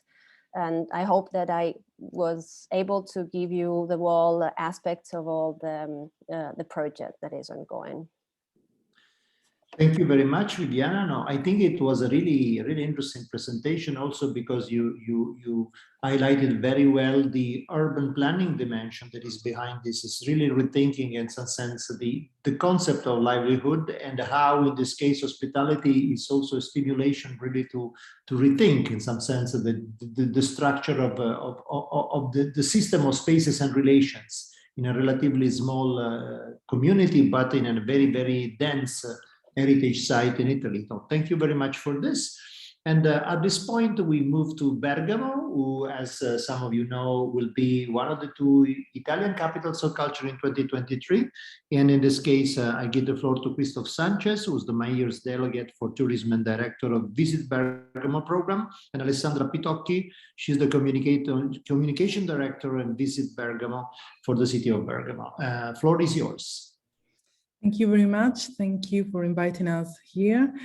First of all, let me bring you the greetings from my director, Mr. Christoph Sanchez, which he should be listening to us, but is not among us speakers. And let me introduce the idea that we wanted to share with you today. If it works. We wanted to share with you the path that led us from being the epicenter of the pandemic to this important meeting, this important event that we are going to, which is being Capital of Culture in 2023. But what we want to share with you, it was one of the most important legacies that we have left by having been the Western epicenter of the first pandemic wave that was without any doubt to be worldwide, to have a worldwide notoriety, maybe more than every city in the Western part of the world. A notoriety that was linked to an image of suffering that we felt needed strongly to dissociate ourselves from that. We needed to link to something different, to a new simple concept that is well resumed in this process of Renoir. The pain passes, but the beauty remains. So what we have done, we've been inspired by this in creating a campaign that was very important for us to give a new face to the name Bergamo, to the Bergamo brand. And it was a way very simple to substitute that sadness to something happy and somehow beautiful, simply beautiful. What was important in this passage was that this campaign was not addressed to all the world only, but mainly and firstly, it was addressed to us. So what we have done, we have filled the territory with all these images that you see of quanto sei bella Bergamo, how beautiful you are Bergamo, you are so beautiful Bergamo. And we wanted to tell to ourselves that our beauty was remaining, and we wanted to push forward on that. So I want to share with you, if possible, the video of the campaign that we distributed all over the world, and let me see if I can share with you that also.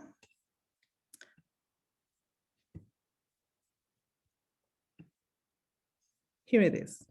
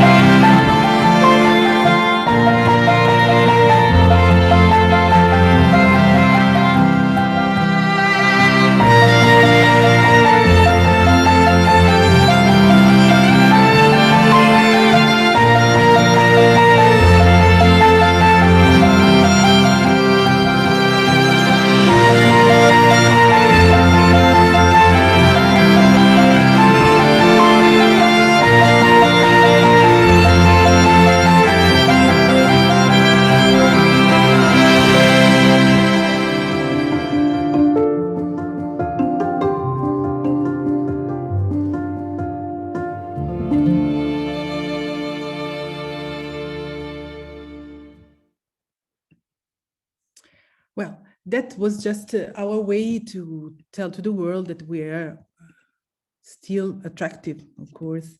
And we detected that this idea of campaign worked because we are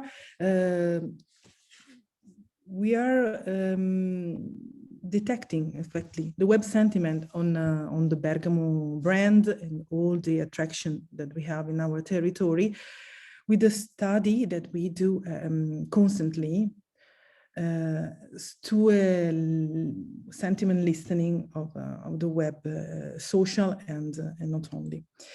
So we detected that this effort to give a different idea of our territory has worked, because this, you can see, was the negative idea that was concerned about Bergamo and territory, and today we are going to a very, very positive sentiment regarding Bergamo.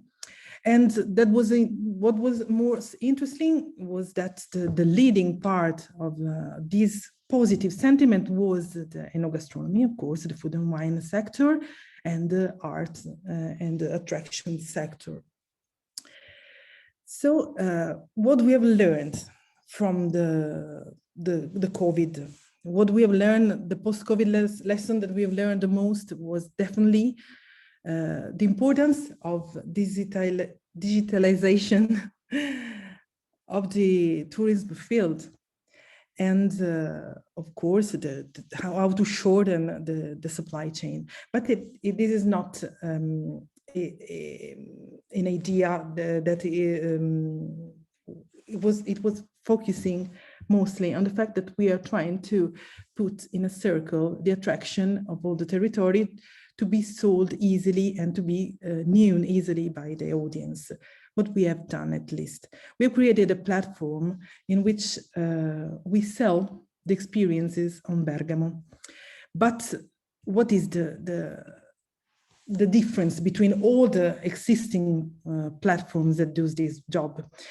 Is that it's a local platform and is created for to allow every part of the operators of tourism of being sold by the territory itself. It's a circuit, a positive circuit that permits us to scout all the excellencies of the territory in the several fields like food and wine productions, in cultural sports, in guided tours, and everything you can have in your mind, but also very hidden experiences that you can do on the territory. Then what we do, we lead the operators to manage the e-commerce so that we stay with them in every passage. We support them. We do this for them at least somehow.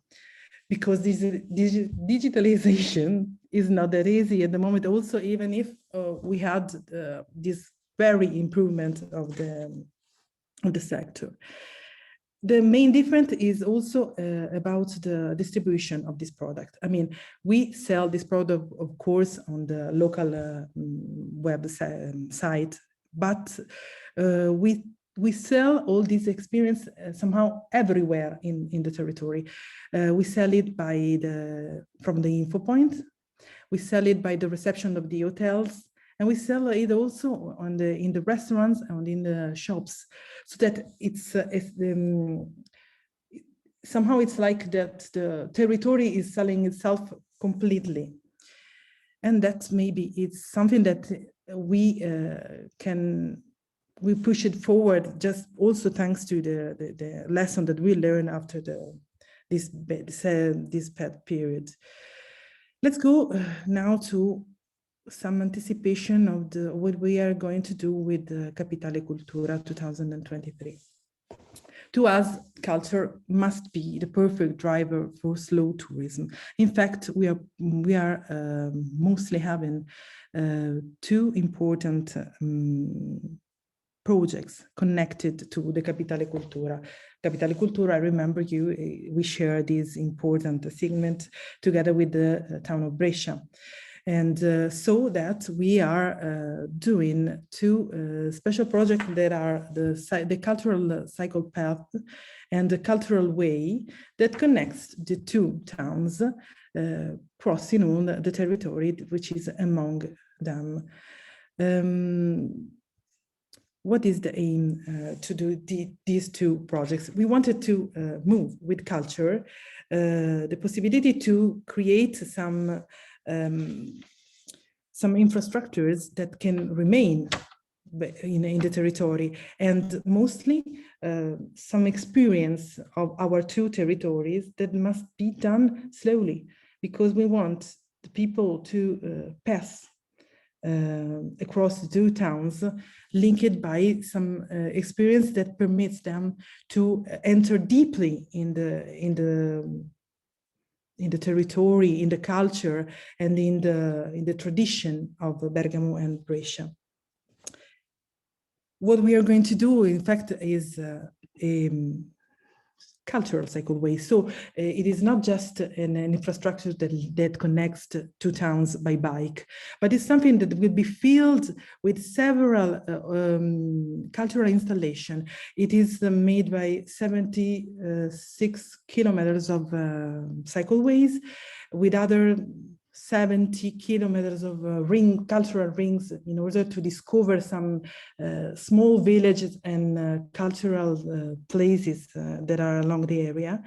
But along the path, you will find a lot of cultural installations, innovative bridges, and also some viewpoints that will permit you to see from another position the territory. The same we are doing also for the other important project of the Capitale, which is the cultural path, more slowly than the cycle path, and that will connect on foot, of course, among the hills and the vineyards, the two towns. So this just testifies how the Bergamo tourism marketing is strongly directed to the values of sustainability,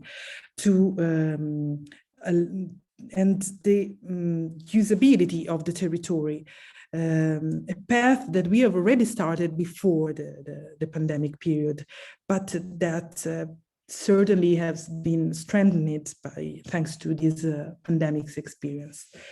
That it was just the path that I wanted to show to you, and I thank you all for their attention. Thank you very much, Alessandra. I think that this idea also of cycling routes as an alternative way, especially in a territory that generally is, people just cruise around this territory by car. It's a territory of fast-paced movement. And the fact that you want to slow down and take another perspective, I think, is extremely interesting. Also because it is a really fascinating countryside that even in Italy, I think very few people know in terms of its potential and its fascination. So, okay, we have seen three interesting examples that show us what has been the catalyzing potential of the Italian Capital of Culture program in terms of stimulating cities to look for different ways to, for example, pursue innovative tourism development strategies, but also more generally innovative cultural production strategies. And this is respectively, as we see, whether the cities win or not.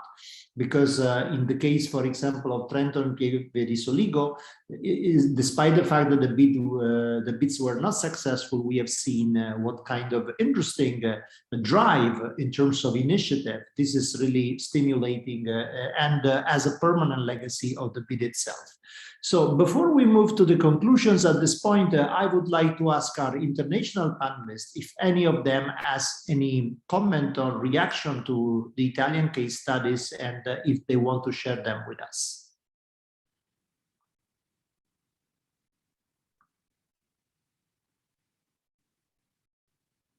Greg? I think the Italian experience reflects a lot of what is going on in different countries around the world.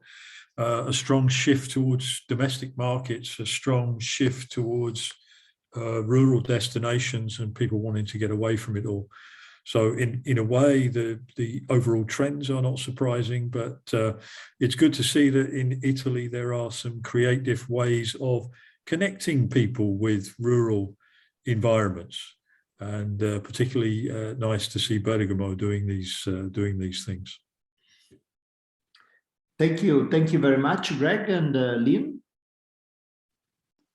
Well, I'm very much interested in the case of Bergamo, and maybe it's interesting to get in contact afterwards or next week, because I'm involved in a program in the province of Brabant. It's about Van Gogh Homeland experience, and that's about new routes, slow leisure, combining routes with art. So it's very interesting to get in contact because we're working on same strategies as you are. Yeah, I will be pleased. Yeah. Okay. And that's very nice to hear, because of course one of the purposes of these workshops are exactly those of putting people in contact and to create new forms of collaboration. So fantastic to hear, and thank you, Lynn, for this idea and proposal. And Karsten, do you have any comments on your side? Very briefly, echoing Greg and Lian, even from Malta, we still follow very much what's happening in Italy, not only in tourism, but also in other areas. And through, for example, the Council of Europe cultural routes, of which I'm a member, through the Phoenicians routes, and through collaborations with Sicily, but even at particular areas around Italy, north and south, and through university networks. There are even more opportunities, I think, now that there is this reawakening, reopening, not only in Italy, but hopefully a sustained and sustainable approach over the coming months and years. And thank you very much again for these exchanges. Very useful, very interesting. Thank you very much, Karsten. And I think we have a final question from our public, from Nadia Abdel Fattah. She's asking, and I don't know if any of our panelists of either panel want to pick up this question: how the heritage through literature can be a tourist attraction. So literature-related heritage. Anybody has a thought on this? Karsten.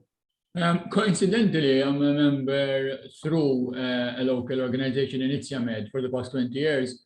We've organized the Literature Festival of the Mediterranean in Malta. A few years ago, we actually had the Nobel Prize winner for literature, just announced a few weeks ago. And we do that in collaboration with Heritage Malta. So historical sites, literature, translation workshops, where we try to look at the value of having intercultural dialogue through language and through literature. So I'll add a link now just before we end, so maybe there's more information there, and Nadia and anyone can follow up that through. Amazing. Well, thank you, Karsten. And Greg also wants to add something. Yeah, literature is a big growth area in terms of cultural tourism at the moment. I was at a literary festival in a very small city in Portugal recently, which was one of my first experiences of a live event after the pandemic. And yeah, people were obviously keen not only to get out and do something different, but to engage with literature, which is very interesting. People are increasingly interested in the links between literature and place. And so a lot of places have done interesting things with using stories, using writers as a way of bringing places to life and attracting tourists. So we see an enormous growth in terms of literary festivals, but also literary routes, walking tours, and these kind of things. So it's definitely a growth area.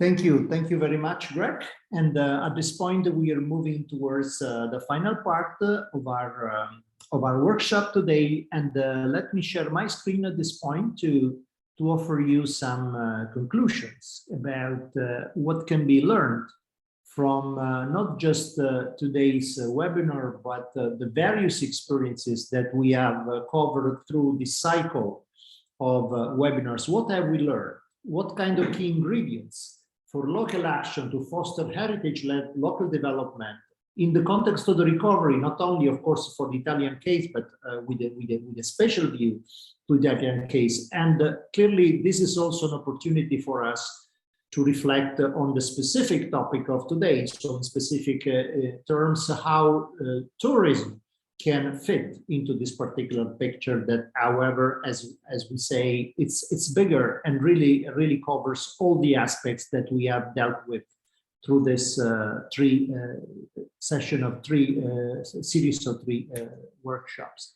So first of all, there are three key dimensions that we have to take into account when we think of heritage-led development, and these are really dimensions that help us to consider the, in some sense, unseen angles, or not necessarily well understood angles that today help us elucidate the role of heritage in culture-led development processes.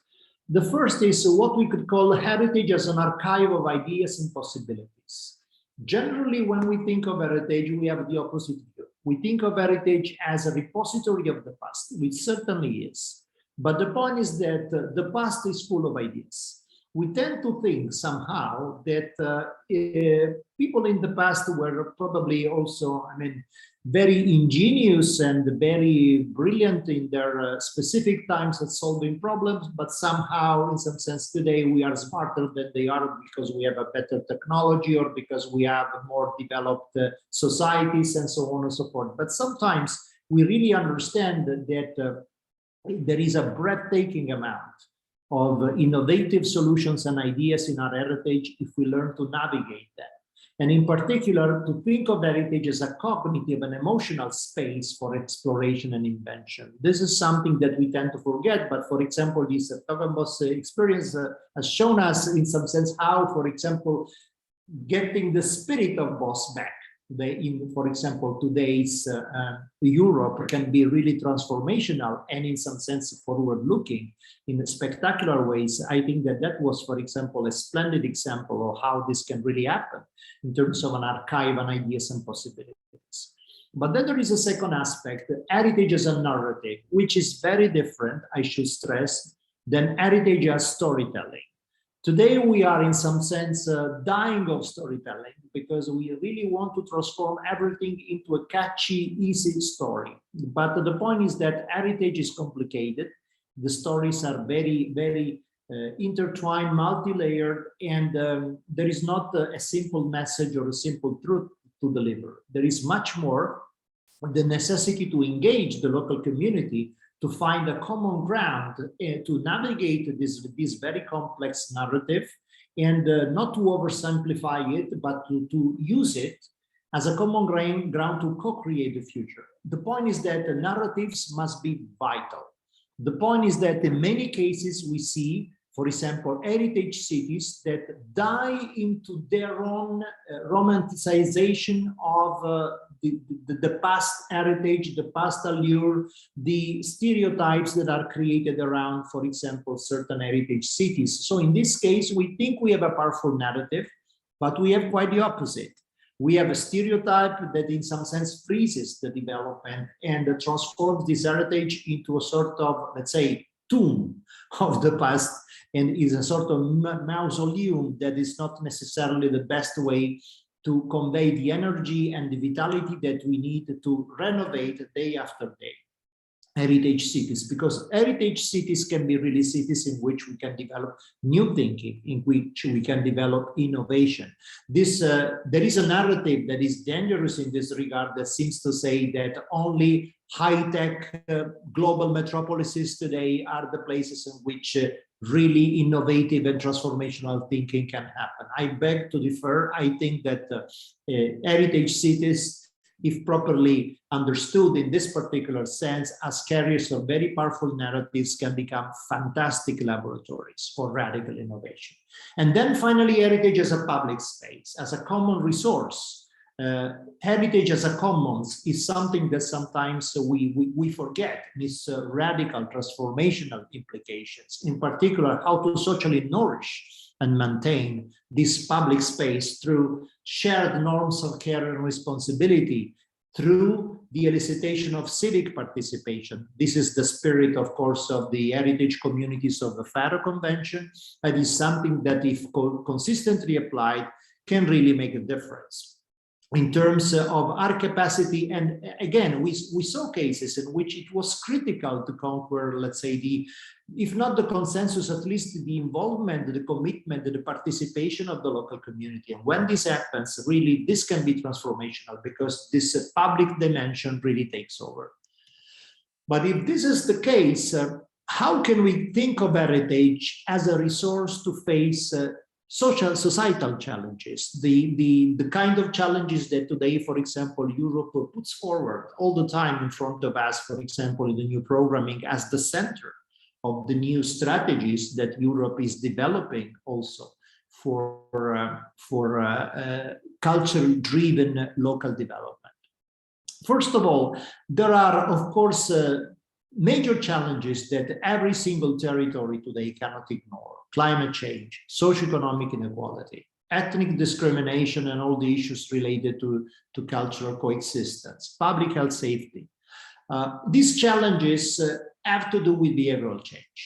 There is not a way to solve these particular problems without without fostering a radical change of attitude and choice and behavior in people, and in particular in local communities. And so it's extremely important that we find ways to ensure that responsible pro-social behaviors are not simply affirmed, but also adopted to make the communities more resilient and prepared to the new challenges. What is the role of heritage here? Well, heritage can have a really, really interesting role, and again, underplayed, but in some sense, for example, also in the project of the new European Bauhaus, we already have an intuition in this regard. Because of course, heritage and built environment more generally, but the intangible environment as well, can become a very powerful platform for behavioral change, to inspire new solutions, as we said, in the notion of heritage as archive, to give us reasons to change by appealing to new forms of collective intelligence. That is exactly how narratives are created, through collective intelligence, and how as a symbolic space, where the community, by recognizing itself, becomes a catalyst for change, takes agency, and this is particularly important. So, if this is the case, we have to consider that there are there is a complex space of dimensions of change that we have to consider, and this emerged from a meta-analysis of the literature of culture-led local development. There is a bunch of factors that are extremely important and that can really make the difference, but not if they are taken in isolation. For example, many approaches to culture-driven development or heritage-driven development so far have been partly unsuccessful, also because they were focusing on just a narrow selection of the crucial factors. So there are many different crucial factors that can make difference in this regard. There are quality factors. First of all, we have to strive for new ideas, really cutting edge creation. This is not something that we do to please, let's say, the cultural pundits. We do this because by engaging with the truly contemporary ideas, challenging ideas, in some sense, we build our capacity to be open to change, to create the conditions for us to face the unexpected, which is the crucial survival skill today. And culture is one of the safest, but at the same time, most powerful ways for people to experiment with this novelty shock. At the same time, of course, the importance of the production of knowledge, the role, the crucial interdependency today between, for example, research centers, universities on one side and cultural institutions on the other, but then also the quality of local governance. And we have seen what difference it makes when you have a visionary, for example, public decision maker that understands the problem, but also at the same time, the decision maker that is exposed to new ideas sometimes can become a better decision maker. For example, I'm thinking of the Festival of Creative Bureaucracy that Charles Landry is organizing in Berlin. And that's been really, really interesting in this regard, for example, by inspiring public decision makers to be bold and to embrace new ideas and new experimentations. Then we have a development dimension that has to do with the local dimension. And there are two challenges that we all know very well, but sometimes overlook. The development of local talent and skills, which is extremely important. How do we invest in the specific talent that we have? Sometimes it's not just like looking for the exceptionally gifted. Sometimes it's really creating the enabling environment for people to express their talent. We have examples of small cities in which it seems that nothing happens, but when you create enabling environment, you witness a sudden flourishing of ideas that you really ask yourself, where did these people come from? I mean, I never suspected that there could be such a richness of cultural vibrancy in this apparently sleepy place. And also at the same time, local entrepreneurship. This is, of course, a crucial aspect for Europe, in which the entrepreneurship dimension in the creative field is still under developed. And this is, again, something that is extremely important to associate to this particular problems, and not simply incubators and startups. Again, it's enabling environment. What is the entrepreneurial culture in the cultural field? How can we orientate vocationally, for example, young creators to think in entrepreneurial terms before we establish their company? And then, of course, the attraction. Of course, attraction is important. We have to attract talents and skills. We have to attract external investment and resources. But again, it's not a mechanical thing. It's not that we are simply in a game, in some sense, in a zero-sum game in which what I attract is not be attracted by you. And this is, again, for example, one of the shortcomings of some of the old visions of culture. Culture-driven development in which, let's say, this game of chasing the creative class was all the rage, and we see what kind of limitation it has if it doesn't match with a very, very solid and inclusive social local platform. At the same time, there is the societal dimension, the capability building of the local community. We cannot simply involve. We really need to create skills for active participation. This is extremely important. There are many cases in which this has made the difference, and through this cycle, for example, of workshops, we have seen several interesting examples in this regard. At the same time, of course, there is the aspect of involvement, which doesn't simply mean inviting. It really means giving space. And this is not simple, and at the same time, it has a very complex social grammar that has to be learned through continued engagement. And it's another very, very critical factor, but the most critical of all probably is social criticalities themselves. Inequalities, marginalization. We cannot ignore them. We cannot put the dust under the carpet. From this point of view, every city has marginalization issues. Every city has inequality issues. Do we bring them to the fore in terms of finding also new smart cultural solutions to take all these issues, or we simply remove them, for example, to maintain the glossy surface? I, for example, had interesting experiences in this regard in some North American cities in which, for example, the final option from the town hall was to go for the shiny gloss, in some sense, approach, and it backfired spectacularly, because this is really the point today. I mean, being inclusive for real. And finally, networking. One crucial dimension is internal networking. The really difficult one is probably the internal dimension. So really having a horizontal, fair, transparent cooperation between the local players, especially in the cultural field. There is a temptation to compete with one another, to attract attention, to attract resources, and this again is backfiring spectacularly. So it's very important from this point of view to establish a leadership that creates the condition for this horizontal collaboration. And at the same time, the external networking, which of course is very important, and also far-reaching one. But again, external networking can be effective, especially if there is a cohesive local environment that becomes a powerful base for this long-range interaction. And so, to conclude, there are quite a few simple lessons to take, I think, from this interesting, really interesting and inspiring work that we have carried out together throughout this series of webinars. First of all, a well-balanced local development strategy is a complex, unique combination of many different factors. We have seen so many different stories, so many different cases, and not a single one is really like another one. Of course, there are analogies, but there are profound differences, which means that there is no one-size-fits-all formula.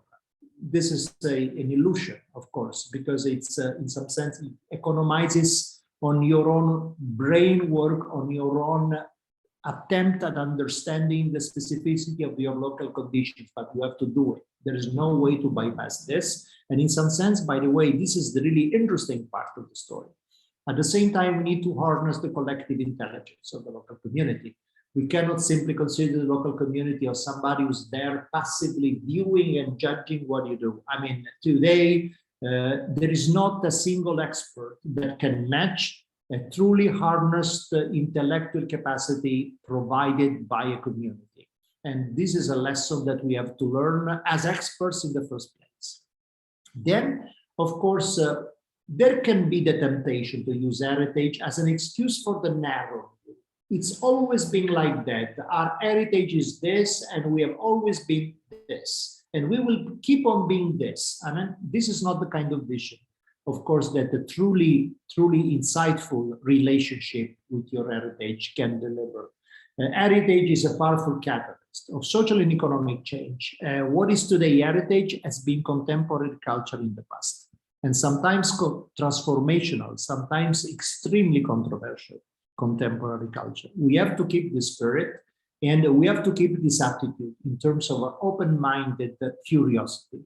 And finally, active cultural participation. This is what really makes the difference, because through active cultural participation, citizens and communities understand what is the contribution of culture to individual and social well-being, how culture can really create social cohesion even among different subjectivities that come from different ethnic or historical backgrounds. So to appreciate diversity and to spark new ideas and solutions, and even to reinvent things like education and lifelong learning that today are more and more indispensable, because we are in such fast-paced environmental change that without this capacity to keep on learning, we will be unable to cope with the kind of challenges that we're facing. So I think that, of course, these are conclusions that, again, are simply the premise for further reflection, for further work together. And in closing this session, I cannot but thank all the people who made this possible, starting from our ambassador, Antonio Bernardini, whose wonderful enthusiasm and leadership was fundamental to kick off this. Paolo Toschi, who has been following us so closely, and all the people of the Ministry of Foreign Affairs that, again, were Nico Frandi and all the other people who were so close to us during all of this very, very interesting journey. And my colleagues at OECD, Katia Travkina, Karen McGar, and all of our wonderful staff, Francesca Bonalda, Elisa Campestrin, Sorrel Stewart.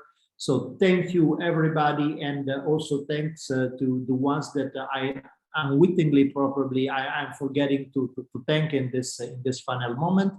It's been a wonderful journey, and stay tuned, because of course we will also release a strategic document that in some sense summarizes and provides some further food for thought to go on with the next steps. And so this is not just bye-bye, but it's really looking forward to further interaction and discussion, and especially collaboration in culture-led development projects. Thank you very much, and thanks for your attention and for staying with us so far. Bye-bye.